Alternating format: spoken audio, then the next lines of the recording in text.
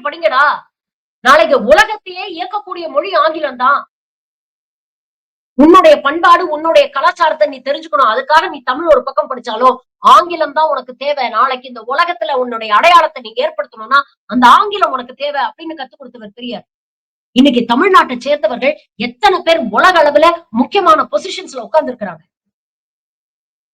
அவங்க எல்லாரும் வாழ்க்கையில ஒவ்வொரு நிமிஷமும் பெரியாருக்கு நாம நன்றி சொல்ல கடமைப்பட்டிருக்கோம். அவருக்கு இன்னைக்கு ஆக்ஸ்போர்ட் யூனிவர்சிட்டியில ஒரு படத்த திறந்து வச்சு, அவருடைய வொர்க்ஸ வந்து இன்னைக்கு ஆங்கிலத்துல டிரான்ஸ்லேட் பண்ணி எல்லாருக்கும் போய் சேரணும். எல்லாருக்கும் ஆக்சஸிபிலிட்டி இருக்கணும். ஏன்னா இன்னைக்கு பெரியார் ஒவ்வொரு இடத்துலயும் தேவைப்படுறாரு. இன்னைக்கு உலக அளவுல பல நாடுகள்ல பாத்தீங்கன்னா, வலதுசாரி சிந்தனைகள், சர்வாதிகாரம் மேலோங்கிக்கிட்டு இருக்கு. அந்த சர்வாதிகாரத்தை வீழ்த்தக்கூடிய ஒரே ஆயுதம் சுயமரியாதை கொண்ட சனநாயக சிந்தனை தான். அப்படிப்பட்ட சுயமரியாதை கொண்ட சனநாயக சிந்தனைக்கு இங்கே வேறாக இருக்கக்கூடியவர் தந்தை பெரியார்.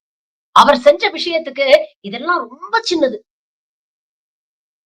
ஒவ்வொரு நாளும், ஒவ்வொரு நிமிடமும் தந்தை பெரியாருக்கு நம்ம நன்றி சொல்ல கடமைப்பட்டிருக்கோம். 100 வருஷமா அந்த தலைவர் மறைந்து ஒரு அரை நூற்றாண்டு ஆனதுக்கு அப்புறமும் அவரோட கொள்கைகள் இன்னமும் ஸ்ட்ராங்கா இங்க நின்னு சங்கிகளுக்கு சிம்ம சொப்பனமா இருக்கு அப்படின்னா, அது எவ்வளவு பெரிய ஒரு தெளிவான கொள்கையா இருக்கும்.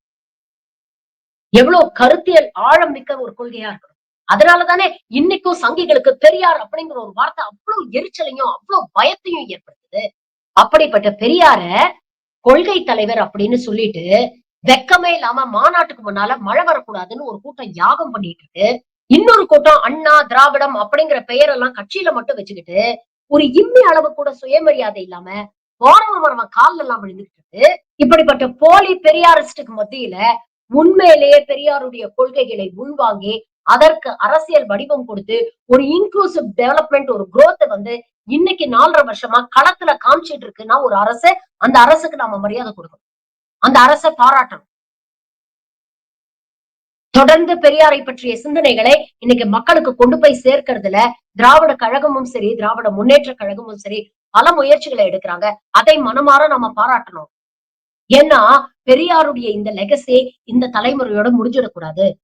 இனி வரக்கூடிய தலைமுறைகளுக்கும் இது பாஸ் ஆன் ஆகணும். ஏன்னா, இன்னைக்கு மட்டும் இல்ல.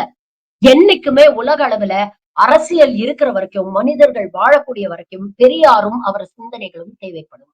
அதனால தமிழ்நாட்டில் இருக்கக்கூடிய ஒவ்வொரு தமிழனும் பெரியாருக்கு என்றென்றும் நன்றி கடன்பட்டோம்.